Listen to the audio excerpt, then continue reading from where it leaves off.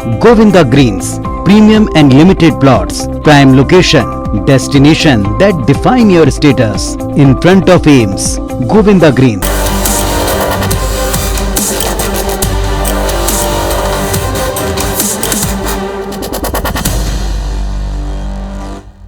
नमस्कार, मैं सौरभ सिंह परिहार और आज हम आपको पूरे छत्तीसगढ़ में हाथियों के कारण किस तरीके से जान और माल का नुकसान हो रहा है, हाथी प्रभावित क्षेत्र के लोग किस तरह से परेशान हैं और हाथी से बचने के लिए क्या क्या उपाय कर रहे हैं, ये सभी चीज़ें हम आपको आगे अगले आधे घंटे की इस रिपोर्ट में दिखाने वाले हैं।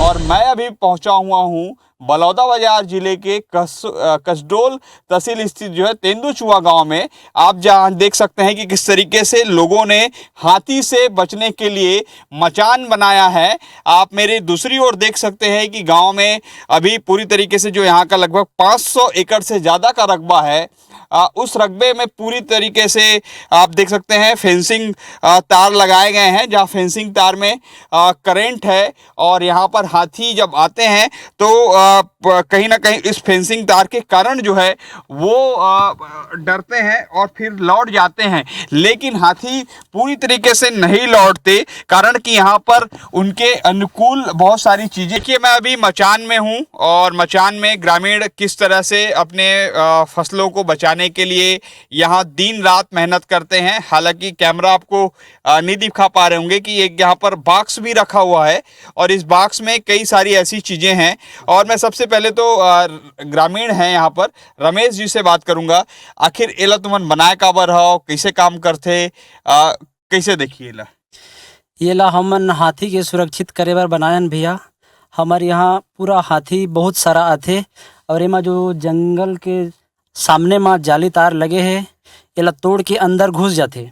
ओकरे कारण हमन पूरा खेत में झटका मशीन के तार उपयोग करे हवन।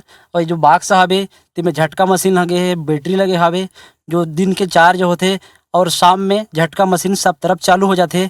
जे हाथी आते ओकर बाद वाला झटका लगते, ओकर बाद दोबारा वह उमेर नहीं आए, थोड़ा से पीछे आ जाते। अभी तक के तुमला कतेक नुकसान हुआ है, मतलब हाथी से समस्या किस तरीके से हुआ थे? तुम्हार जीना खाना दूभर हो गए है, भयंकर समस्या गुजरत हो। अभी तक तो हमार बहुत नुकसान हो गए भैया। खेत में हाथी मन आथे, जत्ती को मन खाए नहीं उतकी सारा मन नुकसान करते। पैर में पूरा दबा देते, जमीन में रेंगत रेंगत पूरा जमीन हर जलदल हो जाते और ओकर बाद सुंड में खाते और फेंकते, तोड़ते और कई तरह का बर्बाद कर देते। रमेश भाई, तोर में ऐसे कोई सुझाव हवे का, जिन सुझाव ते राज्य सरकार ला, शासन प्रशासन ला देना चाहत हुए? काबर की तुमन भुक्त भोगी और रोज तुमला हाथी से समस्या हुआ थे, तो ऐसा में कोई सुझाव है का? एकाठ ठो ऐसने तो कुछ सुझाव नहीं है भैया। और हाथी ला रोकथाम करे के शायद काकरो कर सुझाव ऐसने हो ही, काबर की उमन कतको बड़ा भी जाली तार लगाए हवन हमन, तेला तोड़ के अंदर में घुस जाते। ओकर एक ठो पैर ही दबा देते, तत्का में वो पूरा नीचे चले जाते। तो ओला कौन रोके बस सखी भैया हाथी ला, तक बड़े जानवर ला।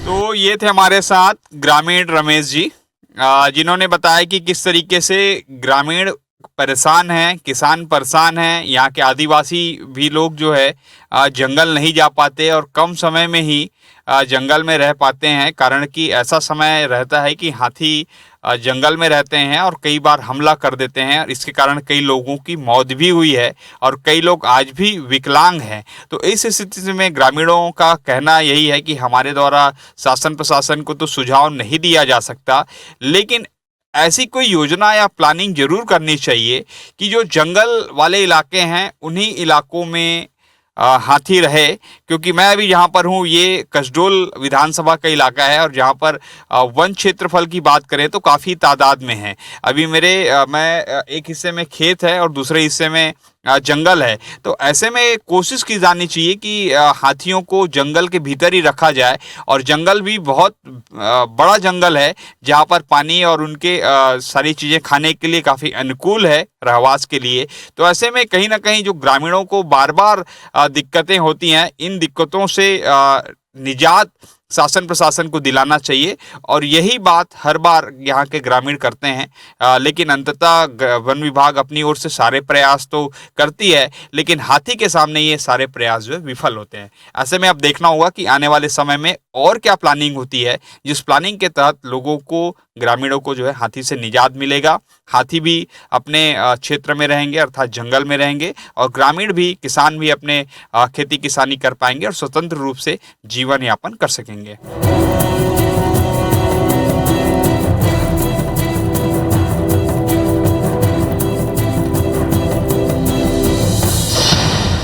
कसडोल के तेंदुचुआ गांव में हूं। आप देख सकते हैं हाथियों से बचने के लिए लोगों ने अपने खेत के बाहर में ये झटका मशीन तार का जो है बाउंड्री वॉल किया है, और आप देख सकते हैं 2 तार है, और जैसे ही जब हाथी यहाँ से घुसने की कोशिश करता है तो इस पर करंट आता है और हाथी डर में फिर वापस हो जाते हैं। और आप देख सकते हैं ये 500 एकड़ से ज़्यादा का रकबा है इस गांव का, और पूरे गांव के बाहर में, अर्थात खेतों के बाहर में, ये बाउंड्री वॉल में ये तार लगाए गए हैं। और हमारे साथ कोटवार जी हैं, उनसे बातचीत करेंगे। कोटवार जी, कैसे देखें, क्या क्या व्यवस्थाएं आप लोगों ने और की है? अब इसके पहले सर झटका मशीन नहीं आया था, तो मचान नचान बना के भगाते थे, मसाल वसाल जला के गाँव वाले इकट्ठा होके। अब झटका मशीन के सहारे से सुविधा हो गया है हाथी भगाने में, हम लोग को दिक्कत नहीं होता है, और फसल उतना नुकसान नहीं हो रहा है जी। पहले इनसे ज़्यादा हो जा रहा था सर, झटका मशीन के माध्यम से अब नुकसान थोड़ा कम हो रहा है। तो आपने सुना ग्रामीणों की बात कि झटका मशीन लगाने से नुकसान कम हुआ है, लेकिन नुकसान पूरी तरीके से खत्म नहीं हुआ है, और कहीं ना कहीं ग्रामीणों की ये समस्या जो है आने वाले दिनों में भी बनेगी। इसलिए कहीं ना कहीं हाथियों के रहवास के लिए उचित व्यवस्था राज्य सरकार को ढूंढनी चाहिए इस क्षेत्र के लिए। वहीं किसानों को कोई नुकसान ना हो, इसके लिए भी राज्य सरकार को कोई प्लानिंग करने की जरूरत है।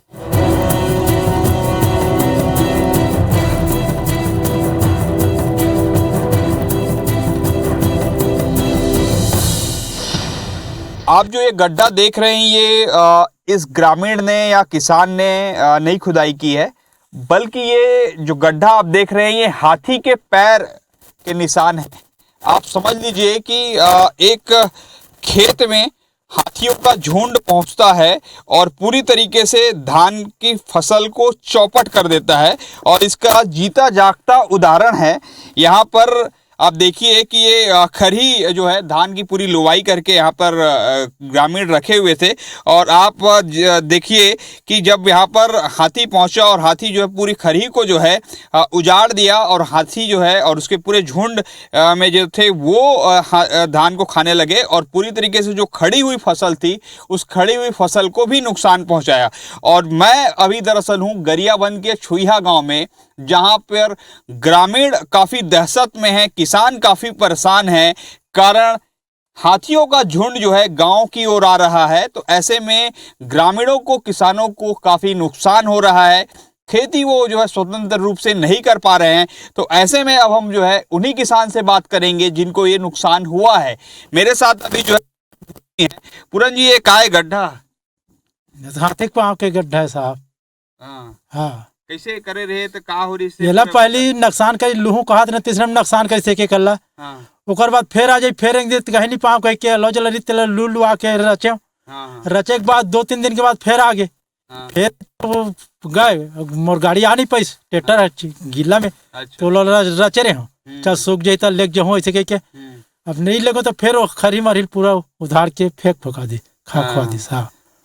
कते के हुई नुकसान? अब एक एकड़ के नुकसान के बहुत क्या कहूँ के साहब ऐसे का। हाँ, तो आपने सुना इन किसानों का जो काफ़ी मेहनत से धान का फसल उगाते हैं, आप देख सकते हैं कि इनकी गरीबी कितनी ज़्यादा है कि जो है हुआ है, इनके आस्तीन फटे हुए हैं। और इस स्थिति में अब आप सोचिए इनके बारे में कि कितनी इनकी स्थिति खराब है, आर्थिक स्थिति की। एक शर्ट नहीं खरीद सकते हैं और वहीं हाथी के उत्पात से इनके 1.5 से 2 एकड़ की पूरी फसल अर्थात हजारों रुपए की फसल जो है चौपट कर दी जाती है। तो ऐसे में राज्य सरकार को एक ऐसी योजना बनानी चाहिए जिससे हाथी उत्पात क्षेत्र के प्रभावित लोग और किसानों को मदद मिल सके और फौरन मदद मिलनी चाहिए, जिससे ये हो सके कि अगर उनको नुकसान हुआ है तो भरपाई भी तुरंत मिल सके ताकि उनको एक बड़ी राहत मिल सके।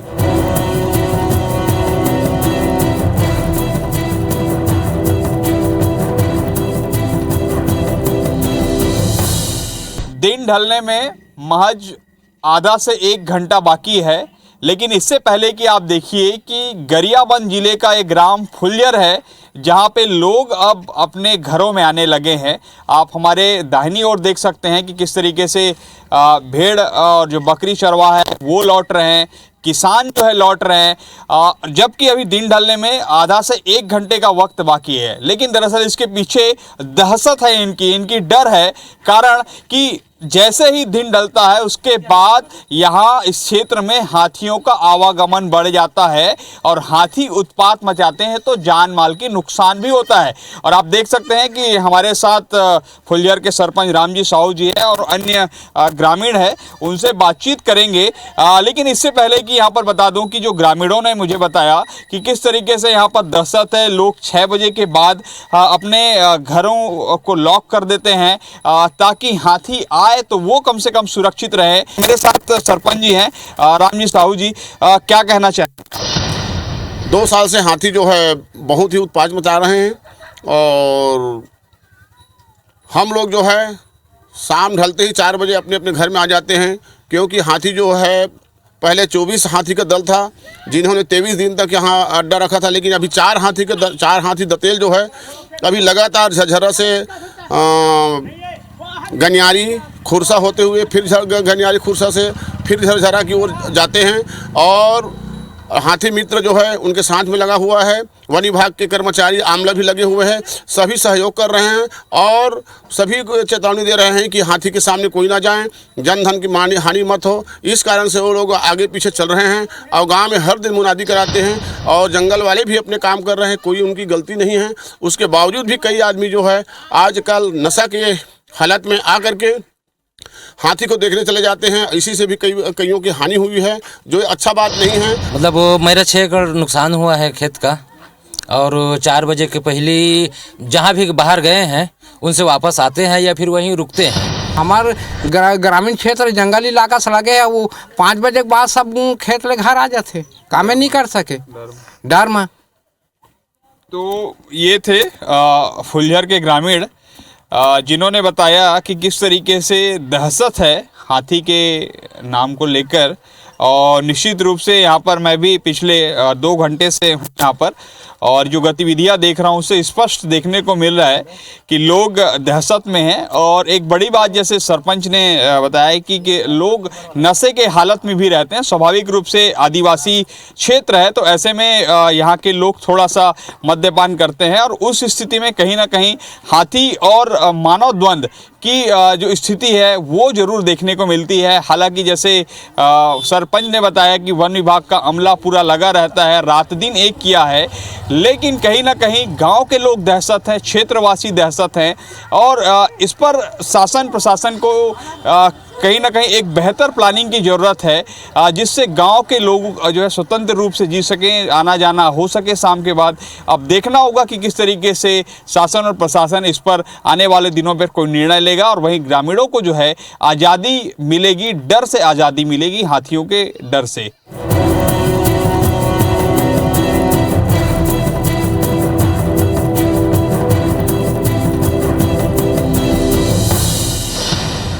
तो हमने दिखाया कि किस तरीके से इस खास बुलेटिन में लोग हाथी प्रभावित क्षेत्र के परेशान हैं और कहीं ना कहीं जान माल का भी नुकसान हो रहा है। और इस वक्त हमारे साथ वन मंत्री मोहम्मद अकबर जी है। अकबर जी, 2-3 महत्वपूर्ण सवाल है। सबसे पहले तो यही कि वन विभाग जो है हाथी प्रभावित रोकथाम के लिए, मानव और हाथी के बीच द्वंद्व को रोकने के लिए क्या क्या काम कर रहे हैं? देखो, अभी इस समय 16 हाथियों के दल हैं और 266 हाथियों का मूवमेंट अलग अलग दलों के माध्यम से चल रहा है। वन विभाग का अमला लगातार इस बात का प्रयास करता है कि उनको अलर्ट किया जाए और मुनादी के ज़रिए, मोबाइल के ज़रिए हाथी दल के आने के समय जब वन विभाग को ये पता लग जाता है तो तुरंत गांव में मुनादी कराई जाती है, मोबाइल के ज़रिए उसको अलर्ट किया जाता है और वाहनों के ज़रिए भी वहाँ पर जाके ये समझाइश दी जाती है कि हाथियों का दल इस तरफ आ रहा है, उधर मत जाएं। वन विभाग के कर्मचारी रोकने का भी प्रयास करते हैं कि जिधर विचरण चल रहा है वहाँ पे कोई ना जाए उस तरफ। अब एक नया नियम ये भी लागू किया गया है कि यदि मान लो मना करने के बावजूद भी कोई उधर जाएगा तो उसके खिलाफ कार्रवाई की जाएगी। अब स्थिति ये आ रही है कि सेल्फी लेने के चक्कर में भी लोग चले जाते हैं, देखने के लिए लोग चले जाते हैं, तो उसके कारण घटनाएं होती हैं। तो हमारा ये प्रयास होता है कि विचरण दल जो हाथियों का है उस तरफ कोई ना जाए और लगातार वन का अमला उनका पीछा करता है और संबंधित गांव में जिधर विचरण की स्थिति आती है वहाँ सूचित करता है। जी सर, हमने देखा कि आप लोगों की बहुत सारी योजनाएं हैं हाथी प्रभावित क्षेत्रों में। जैसे किसान जो है अपने फसल को रोकने के लिए वहाँ पर एक करंट वाला तार लगा रहे हैं, आप लोग जो है गजराज वाहन चलवा रहे हैं, हाथी मित्र भी बनवा रहे हैं। लेकिन सर, इन तमाम प्रयासों के बावजूद ये देखने को मिल रहा है कि कहीं ना कहीं जान माल का जो नुकसान नहीं होना चाहिए वो हो रहा है। तो ऐसे में क्या ज़रूरत है कि कुछ और नए प्लानिंग करने की ज़रूरत है, कुछ नए काम करने की ज़रूरत है, क्योंकि और देश दुनिया में ऐसा देखा जाता है कि अमूमन हाथी जो है मानव के साथ ही रह सकता है, लेकिन छत्तीसगढ़ में ये स्थिति आखिर क्यों नहीं हो पा रही है? देखो, नए प्लानिंग के हिसाब से बीच में विद्युत विभाग के अधिकारियों के साथ बैठक हुई थी। उसमें ये तय हुआ था कि हाथी दल का विचरण जिस ओर है तो वहाँ पे आसपास के गांव का जो विद्युत सप्लाई जो है उसको बंद कर दिया जाए और कुछ स्थानों पर ये हुआ भी है, इसके अच्छे परिणाम भी आए हैं। जहाँ तक फसल को बचाने के लिए तार लगाने वाली बात है, करंट लगा देने से भी कुछ हाथियों की मौत हुई है, तो वो करंट लगाने का भी उसका भी वन विभाग की तरफ से उसकी भी जांच की जा रही है। और जहाँ जहाँ इस प्रकार का पाया जाता है, क्योंकि दिन में तो करंट की स्थिति रहती नहीं है, लेकिन रात में कोई भी जंगली जानवर ना आए करके करंट लगाने की बात आती है, तो ऐसे लोगों को भी चिन्हित करके उनके विरुद्ध भी कार्रवाई किए जाने का वन विभाग की तरफ से लगातार प्रयास हो रहा है। कोशिश यही है कि हाथी मानव द्वंद्व जो है वो उसका नुकसान मानव को ना उठाना पड़े। जहाँ तक हाथियों के हमले से यदि किसी की मृत्यु होती है तो मुआवजे का प्रावधान है, लेकिन खाली मुआवजा से कुछ होता नहीं है, भाई लोगों की जान तो चली जाती है। तो फसल का नुकसान भी वन विभाग देता है और मुआवजे का भी प्रावधान है, लेकिन हमारी कोशिश ये रहती है कि मुआवजे की नौबत ना आए। जी सर, एक लास्ट सवाल था, हाथी प्रभावित क्षेत्र के लोगों को आप कोई ऐसा मैसेज देना चाहेंगे कि हाथी भी सुरक्षित रहे, वो लोग भी सुरक्षित रहे? देखो, संदेश के तौर पर वन मंत्री होने के नाते मैं इतना ज़रूर कह सकता हूँ कि हाथियों का जो विचरण जिस ओर है वहाँ पे नागरिकों से, ग्रामीणों से अपील है कि उस तरफ ना जाएं। और सेल्फी के चक्कर में कई लोग चले जाते हैं, कई लोग देखने के लिए चले जाते हैं, तो जनहानि हो जाती है। तो उनसे मेरा अपील है कि वन विभाग के जो कर्मचारी यदि आपसे कोई अपील करते हैं उस बात को मानें और फसलों को बचाने के लिए जो विद्युत तार लगाने का जो काम है वो भी नहीं होना चाहिए। तो उनको भी मैं अपील करता हूं कि ऐसा कुछ ना करें जिससे हाथियों की मृत्यु हो जाए। ना जनहानि होना चाहिए, ना हाथियों की मृत्यु होना चाहिए, दोनों सुरक्षित रहना चाहिए। सर, अभी जो योजनाएं चलाई जा रही हैं उससे आप सेटिस्फाई हैं कि और बेहतर कुछ करने की और बेहतर करने का भी प्रयास हो रहा है। इसे एक्सपर्ट बुलाए गए हैं और एक्सपर्ट से लगातार संपर्क भी है। अभी आपने ये भी देखा होगा कि कॉलर आईडी लगाने का भी काम वन विभाग ने किया है और आने वाले समय में भी और अधिक संख्या में कॉलर आईडी हम लोग लगाएंगे। तो ये थे मंत्री मोहम्मद अकबर जी, जिनका साफ तौर पर कहना है कि वन विभाग की ओर से सारे प्रयास किए जा रहे हैं कि हाथी और मानव का द्वंद्व रोका जा सके। और उन्होंने ये भी कहा है कि जो वर्तमान में योजनाएं संचालित हैं हाथी और मानव द्वंद्व को रोकने के लिए, इसे और कैसे बेहतर किया जाए उस पर भी प्लानिंग की जा रही है। अब देखना होगा कि आने वाले समय में छत्तीसगढ़ में हाथी प्रभावित क्षेत्र में रहने वाले लोगों को हाथी से राहत मिल रहा है कि नहीं। कैमरामैन मुकेश के साथ सौरभ सिंह परियार, IBC 24 रायपुर।